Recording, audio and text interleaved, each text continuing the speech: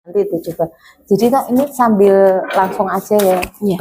Untuk PI 5-nya itu ini nanti ini Bu, kalau dari jendela PP ini Bu Nur Fatimah ya kan.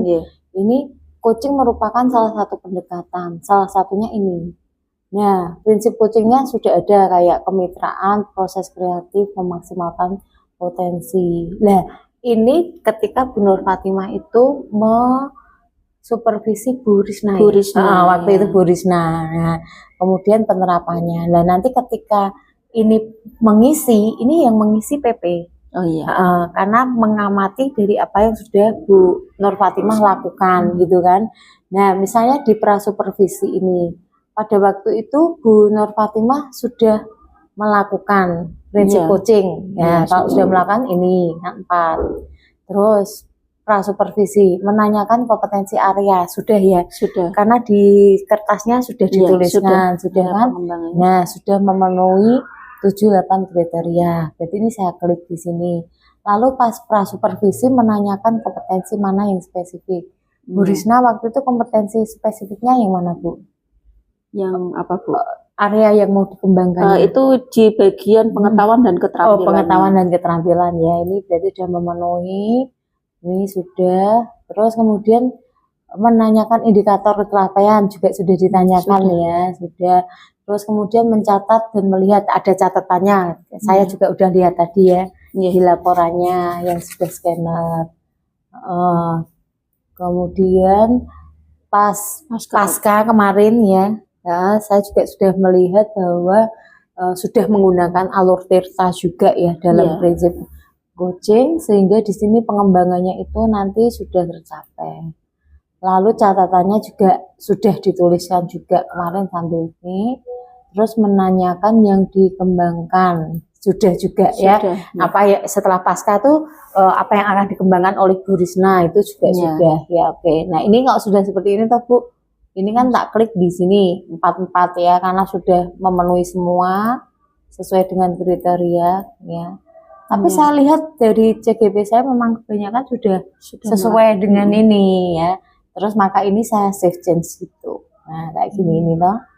Nah, nanti di sini berarti ini nanti ada yang dipilih lagi, ada yang belum terklik. Ini aja saya kok di situ masih merah, saya cek lagi. Karena ini loh sudah ada keterangan di situ. Sudah ada keterangan. Nah, ini kayak gini nih. Mungkin ada bagian yang belum terklik. Nah, kalau ini berarti not grade ini berarti belum belum. Biasanya ini bisa diklik juga nanti setelah kalau dalam ini gini yang ini. Nah, ini kan kalau view all submission nanti kelihatan siapa aja yang udah dinilai kan, partisipannya 5. Nah, ini di sini. Nah, ini langkah dalam PI 5 ini. Nah, kalau ini sudah terisi semua, nah baru di sini yang terakhir ini tadi. Maka tadi merah karena yang ini belum tak penuhi semua. Oh iya, ya kan? Harus untuk ya Bu dari benar. Kalau ini sudah tak penuhi, ya kan? Berarti udah tak klik, ya berarti bisa. Maka dari ini kan tak print juga dari sini. Ya, terus fokus pendampingan PI 5-nya yang ini. Rancangan program yang berpihak pada murid. Ya, gitu ya. Jadi rancangan program yang berpihak pada murid. Nah, jadi di PI 5 terima kasih ya Bu Nur Fatimah. Kita udah sampai nyaris di penghujung. Nanti saya satu kali lagi ya. Setelah itu PI 6 lokanya panen karya dan selesai CGP-nya, lulus ya PGP. Amin ya. Menambah kebahagiaan karena Bu Hati juga sudah lahir. sudah plong ya. Ini nanti juga sebentar lagi plong Oktober ya Bu ya. Ya, oke, menghitung bulan saja. Nah, untuk yang PI 5 ini kita itu fokus pendampingannya adalah ada 3 hal. Tapi tema pendampingannya adalah rancangan program yang berpihak pada murid. Maka ini berhubungan dengan aksi nyata modul 3.3. Kaitannya program plus 3.1 ya. Sudah dimulai ya rancangan. Nah, kemudian fokus pendampingannya adalah aksi nyata modul 3.1. Kemudian nanti saya minta linknya saja, aksi nyata. Kemudian kita akan mendiskusikan rancangan program yang berdampak pada murid yang sudah Bu Nur Fatimah buat ya, bersama murid juga. Ada dokumentasi kegiatannya, biasanya seperti itu. Lalu perkembangan komunitas praktisi yang ada di sekolah yang paling tidak sudah pernah Bu Nur Fatimah tularkan di rekan sejawat di SMA Karangtengah itu. Nah ini Bu yang ada dalam LMS ya, 3 hal ini. Nah, kemudian langkah pendampingannya di sini, ya, yang awal sudah ya. Kemudian penerapan dari aksi nyata modul 3.1 terlebih dahulu ya. Saya sambil tak catat di sini Bu. Ya, bagaimana aksi nyata 3.1 itu yang Bu Nur Fatimah tangkap materi di dalam penerapan di modul 3.1 itu kan pengambilan keputusan pengambilan kebijakan di mana saya mewawancarai 3 kepala sekolah di antaranya di sini di SMA Negeri 1 Karangtengah bersama Bapak Soleh. Kemudian kami juga wawancara di SMP karena biar beda levelnya juga di SMP Latansa dengan Ibu Nur Kafido, terus kemudian dengan Ibu Suciati di SD Rejosari. SD Rejosari. Ya, lengkap ya Bu ya. Dari SD SMP SMP saya membandingkan di mana tingkat pengambilan keputusan seorang pemimpin. Di mana di dalam 3 kepala sekolah yang saya wawancarai sebenarnya kasus dalam pengambilan kebijakan itu hampir sama. Di mana Bapak Ibu kepala sekolah yang saya wawancarai itu tidak mengambil keputusan secara sepihak, melainkan beliau masih berkolaborasi dengan Waka. Wali kelas dan guru, dan termasuk BK, wali murid dan semuanya. Gumantung konteks di mana permasalahannya itu berat atau tidak. Kalau memungkinkan permasalahan itu hanya bisa di selesaikan dengan wali kelas sudah cukup. Tapi kalau memang permasalahan itu berat dan harus melibatkan kepala sekolah tidak mengambil kebijakan secara langsung. Itu 3 kepala sekolah yang ambil bersama Bu. Jadi harus kolaborasi ya, mengambil intisari permasalahan dari beberapa sumber yang ada. Gitu Bu. Iya, baik. Jadi ini sudah baik ya Bu ya mengenai tata pengambilan keputusan dari pemimpin yang ada. Nah kemudian ketika Bu Nur Fatimah di dalam PGP ini kan ada mendapat materi 3.1 tuh mengenai kayak 9 uji pengambilan keputusan seorang pemimpin, kemudian nilai kebenaran versus nilai keadilan dan seterusnya. Gimana Bu tanggapannya? Alhamdulillah saya mempelajari materi-materi yang sudah disampaikan melalui pendidikan GP itu bisa lebih kita berpikir secara logika. Apakah pengambilan keputusan ini disesuaikan dengan prinsip-prinsip nilai kebajikan atau bagaimana? Jadi melihat konteks permasalahannya lagi dahulu ya. Apakah itu bisa diselesaikan dengan individu, kelompok, itu seperti itu. Kemudian keadilan dan kesetiaan, kebenaran dan keadilan seperti itu. Dan kemudian cara penyelesaiannya kan melihat dari konteks, kembali lagi ke konteks apakah diselesaikan dengan jangka panjang atau jangka pendek. Iya betul. Dan disesuaikan dengan prinsip, sesuai dengan tujuan atau dengan ya Bu ya. Yang berikutnya itu mengenai program yang berdampak pada murid. Jadi fokus pendampingan yang kedua dari program yang ada, Bu Nur Fatimah coba bercerita terlebih dahulu mengenai program yang sudah diprakarsai. Sebenarnya sudah saya ceritakan di awal dulu ketika pendampingan pertama dengan Bu Dia, di mana saya dalam program ini saya masih membawa program literasi digital. Di mana kemarin sebenarnya memang kondisi ya Bu ya, kemarin memang waktunya itu mepet lahiran, jadi memang spill saja sedikit-sedikit dengan siswa, jadi memasuki acara lain dengan acara saya dengan sosialisasi bersama saya ambil sampel dari OSIS MTK. Oh gitu. Dimana ini kan sudah memberikan suara seluruh kelas karena di MTK itu ada dua perwakilan dari siswa yang diambil dari ketua dan sekretaris. Kemudian dari pergerakan dari anak OSIS, kemudian kami beri sosialisasi terkait dengan literasi digital. Kemudian itu juga sudah alhamdulillah program ini sudah didiskusikan dengan kepala sekolah sebelumnya. Kepala sekolah kolaborasi dengan Waka Kurikulum dan Kesiswaan terkait dengan kegiatan literasi ini, di mana harus kolaborasi terkait dengan program literasi digital ini. Jadi bersama kurikulum dan kesiswaan, untuk kesiswaan itu memegang dalam bentuk literasi digitalnya, tetapi yang di kurikulum memegang di inspirasi paginya. Oh gitu. Nah, kemudian untuk kurikulum itu mengambil sampel dari perwakilan kelas, dari inspirasi pagi itu dari kelas itu dibentuk kelompok untuk membuat suatu bentuk kata motivasi yang bentuknya bisa membuat atau bentuknya mengambil dari Google Web, kemudian yang didokumentasi bentuknya arsip ya dengan kurikulum, kemudian kurikulum membuat suatu Google Drive yang di-share melalui sosialisasi dengan Bapak Ibu guru semua. Oh gitu. Jadi inspirasi pagi itu difungsikan untuk pengantar materi di awal jam pembelajaran.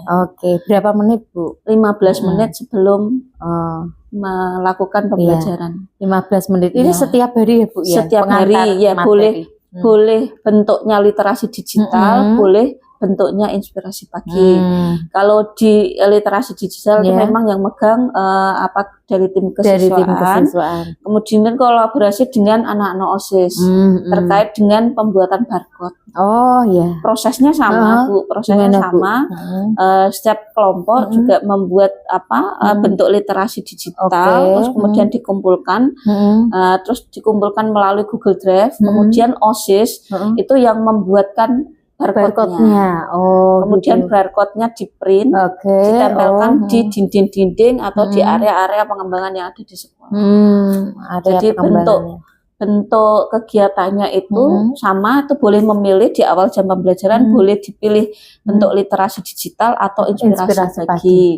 Jika inspirasi pagi berarti guru itu membuka Google Drive yang sudah disosialisasikan dengan kepala sekolah, itu boleh mengambil tema apa yang dibuat untuk bahan motivasi siswa. Tetapi untuk literasi digital berarti guru mengutus siswa atau perwakilan dari siswa untuk berkeliling. Berkeliling di kelas atau di lingkungan sekolah untuk mengambil barcode. Nah, terus kemudian anak tersebut membarcode apa isi dari wacana itu. Kemudian disampaikan kayak materi artikel atau bacaan gitu ya Bu? Bacaan atau bentuknya motivasi. Intinya yang mengambil barcode itu apa yang kamu ambil dari pembelajaran di situ, kemudian masuk kelas menyampaikan ke kelas bahwa apa yang tidak saya dapatkan melalui barcode ini.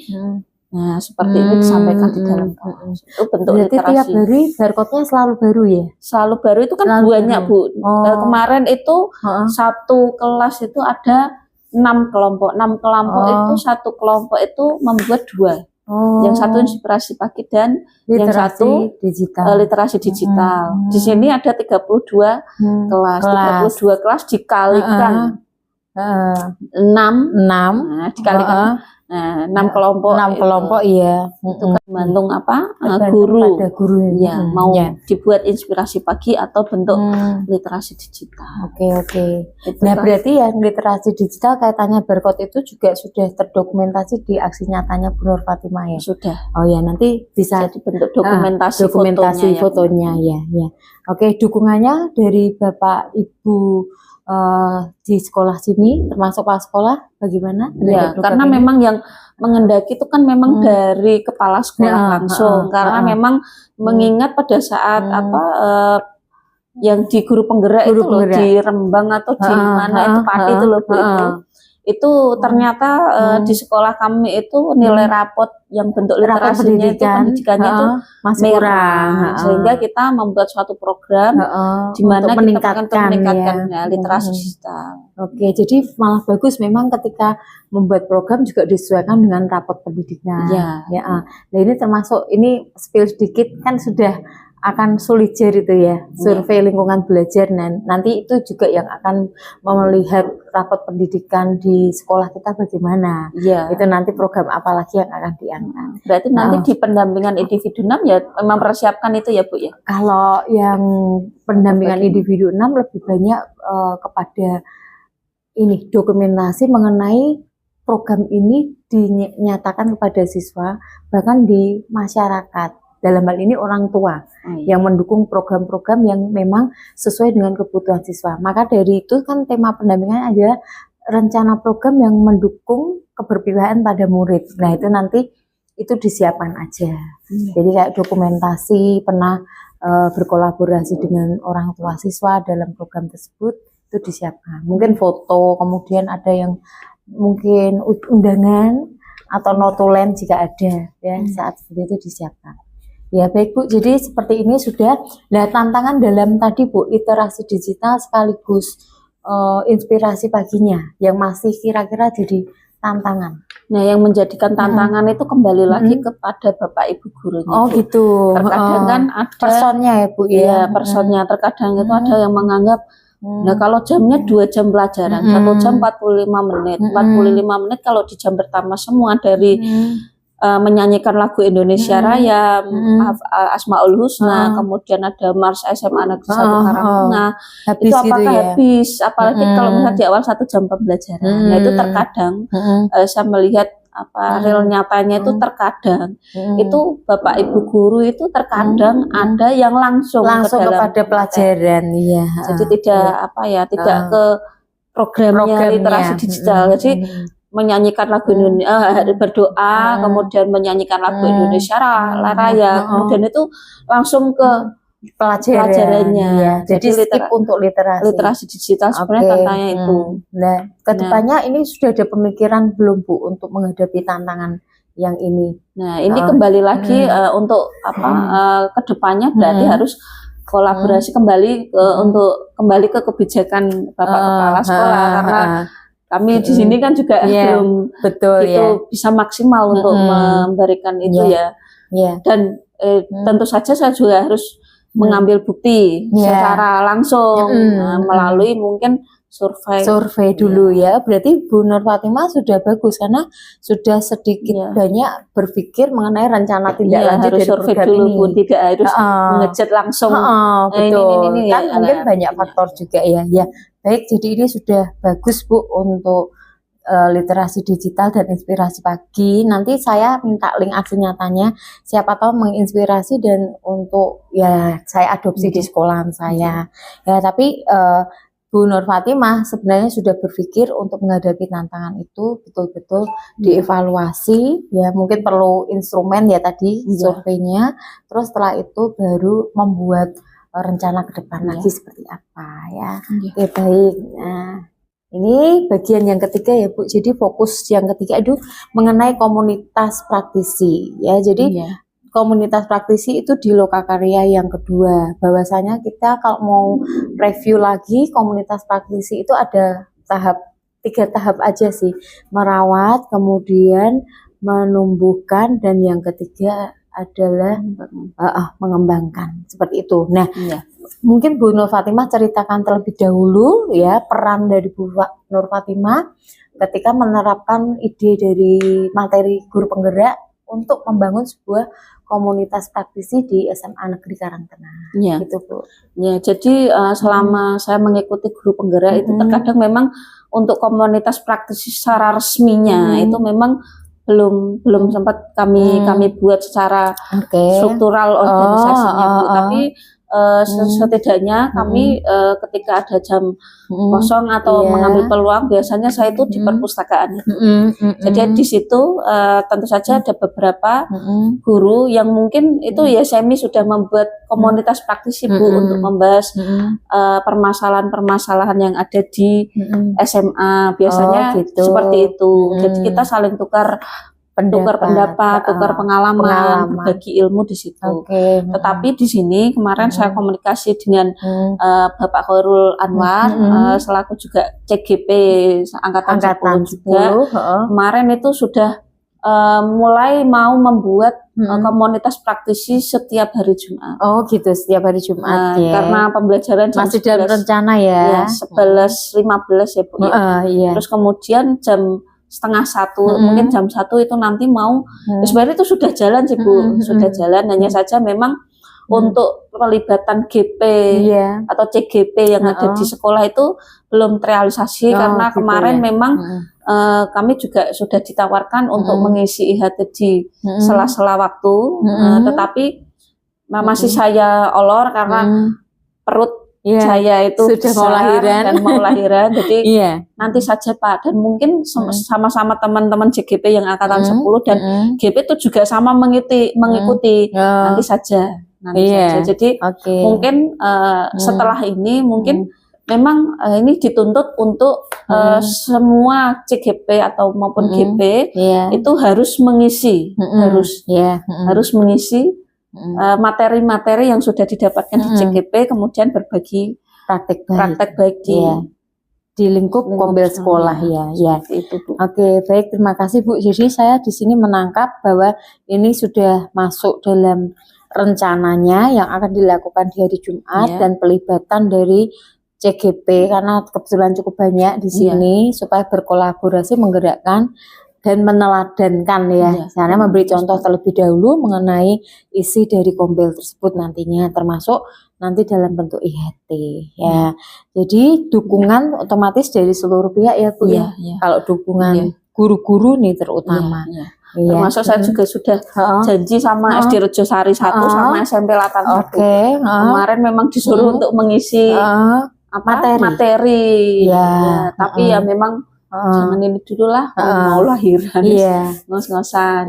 Tapi ini ditagih Bu, yang di SD Rejosari itu disuruh mengisi kurikulum merdeka. Oh gitu Terus kemudian di SMP Latan saya itu kemarin suruh mengisi pembelajaran diferensiasi. Nah di sana kan masih yayasan Bu. Jadi memang benar-benar butuh pengalaman belajar dari GP-nya. Ya nanti disanggupi sudah saya sanggup karena nanti, bagian dari gerak dari GP itu kan setelah kita tergerak, kita bergerak kita menggerakkan. Salah satunya bergeraknya mungkin perlu keluar tadi. Memang sudah dijanjikan pokoknya nanti diisi di sini. Kebetulan kepala sekolahnya kan memang kemarin saya mengambil alternatif dari teman dekat teman dekat dan kerabat dekat itu. Jadi untuk peluang masuknya itu kan diperbeda. Ternyata malah harusnya nanti harus mengisi IHT di sini.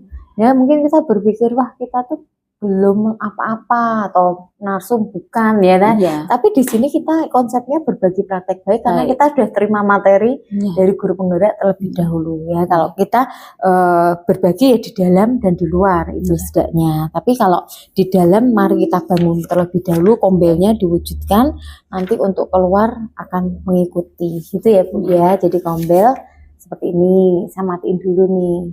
Ada telepon Bu?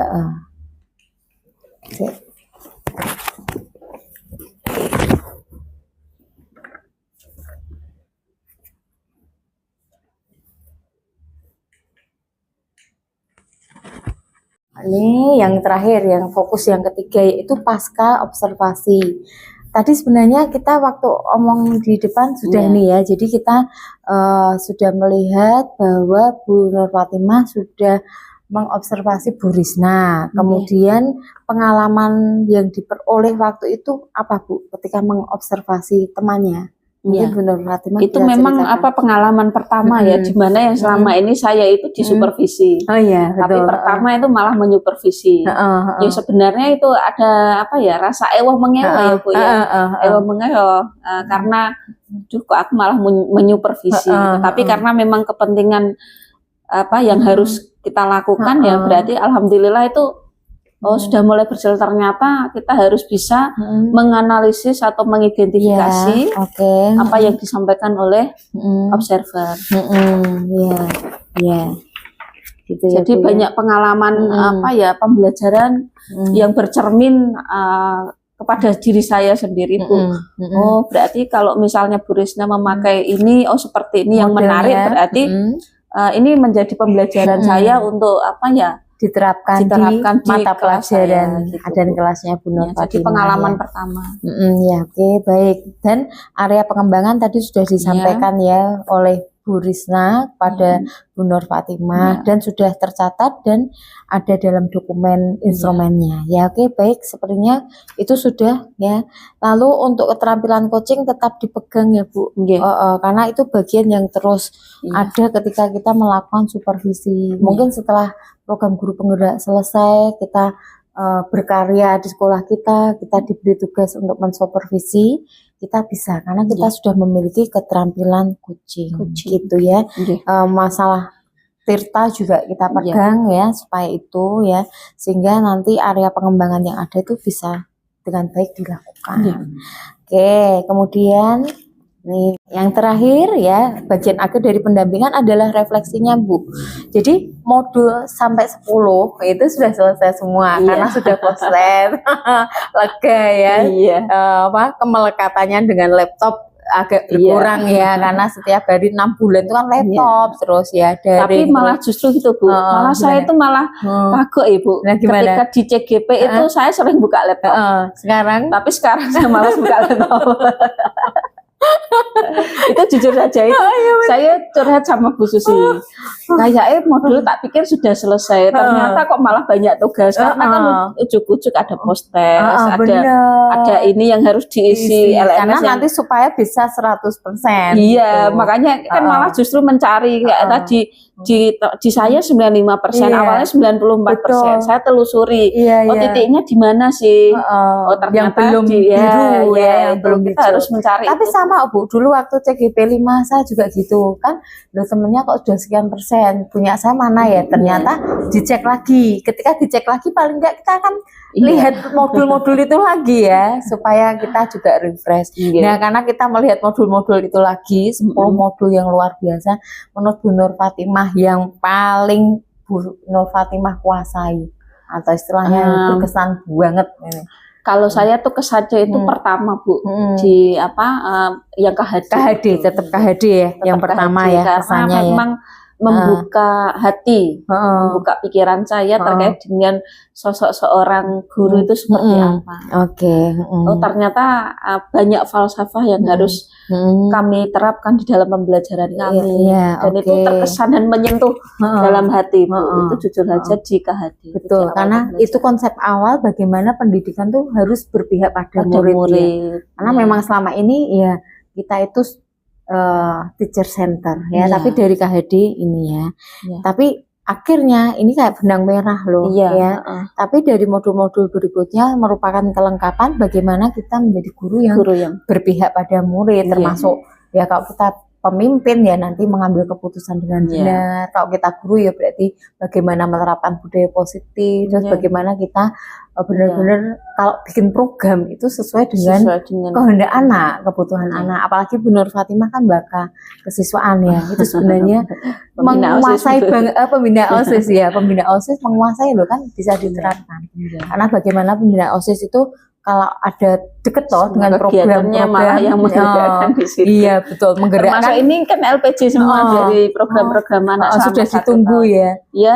Kemarin sudah banyak, ini paling susulan-susulan ini juga ada, tak suruh ke meja saya dulu. Luar biasa Bu. Jadi untuk daring benar-benar sudah selesai, tapi jangan ditinggal selama PGP belum selesai karena semua informasi, kelulusan, sertifikat itu juga dari sana. Dan pastikan kalau misalnya ini masih 95% ya memang programnya belum selesai karena PI 5 masih berjalan ini, PI 6 masih bulan Oktober besok, terus baru kita Lokakarya 7. Baru setelah itu cuma memang kita tetap harus melihat ya, karena PI 5 dan 6 kalau belum selesai kan mengajar praktek juga belum ngeklik. Nah itu mungkin yang belum bisa buat 100%. Nggak apa-apa, itu saja. Lalu di akhir ini juga yang terkait dengan survei 360 derajat dari 5 orang guru, kemudian 5 orang siswa, terus kepala sekolah, jangan lupa ya Bu. Ini nanti diklik lagi loh. Ini yang di PI 6 itu untuk apa? Ini yang surveinya itu saya harus ambil di mana ya Bu? Saya buka di PI 6 belum PI ada yang belum ada diklik lagi. Ya. Itu adanya langsung memasukkan data ya Bu? Iya. Berarti tidak kayak kemarin ya, kan kalau kita dulu di print dulu menyebarkan, tapi sebenarnya instrumennya sama seperti yang kemarin, berarti di print dari yang PI 2 ya, PI 2 atau berapa? Nah itu di print kemudian disebarkan lagi, baru setelah itu hasil dari Bapak Ibu guru dan murid mengisi, Bu Nur Fatimah ngeklik sama lagi. Ya Bu? Sama, jadi tetap aja di print, di fotokopi sejumlah 5, 1 nah, ya dari kemarin aja. Itu saya tuh mencari itu di mana gitu ya. Di mana?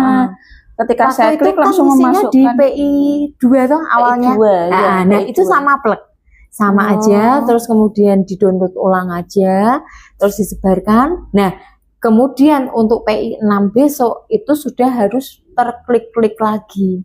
Berarti tugas ngeklik dari calon guru penggerak masih ada untuk penilaian 360 derajat. Nah ini sempat saya bingungnya itu tadi Bu. Ya saya kira kan memang berbeda dari PI yang siapa tahu setelah nanti ngeklik ini 96% atau berapa.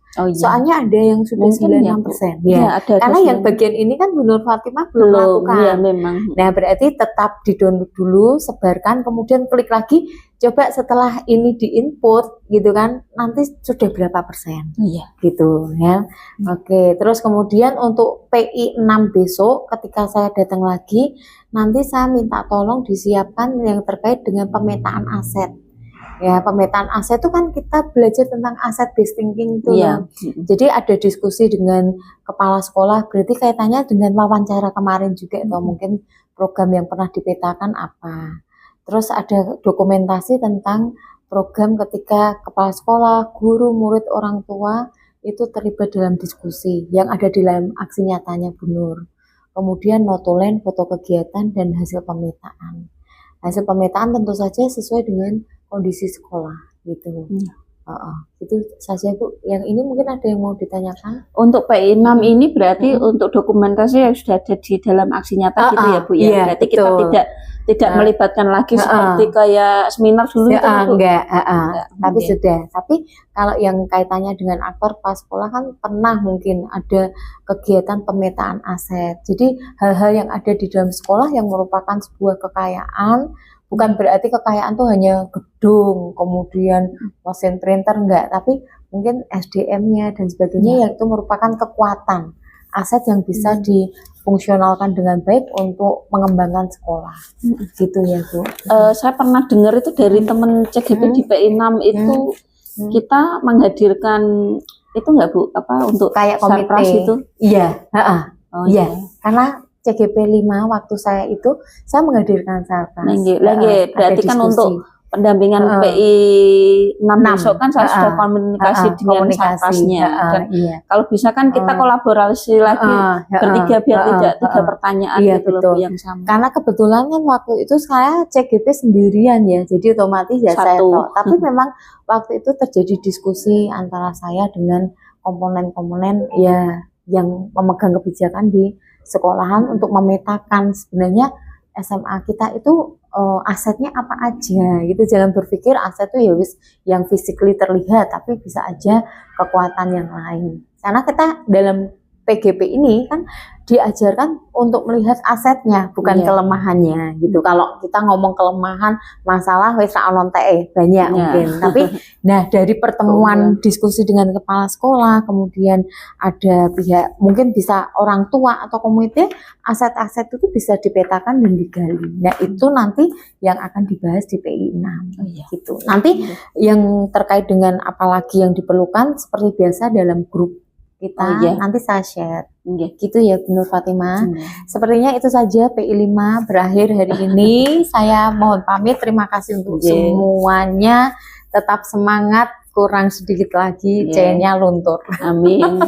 Terima kasih Iya, Bu, sudah sama-sama. mendampingi selama ini, Iya, memberikan Bu. banyak ilmu, Sama-sama. pengetahuan, saling sharing ya Bu. Saling sharing ya, karena Curhat juga, karena saya tetap ya harus banyak belajar, karena Iya. kayak guru itu memang belajarnya seumur hidup. Ada Iya. sebuah quotes ya, kalau guru nggak mau belajar ya udah nggak usah jadi guru aja, Iya. berhentilah jadi guru gitu ya. Karena belajar itu bukan konsumsi siswa saja, tapi memang guru harus belajar Iya. gitu. Terima kasih ya Bu. Iya.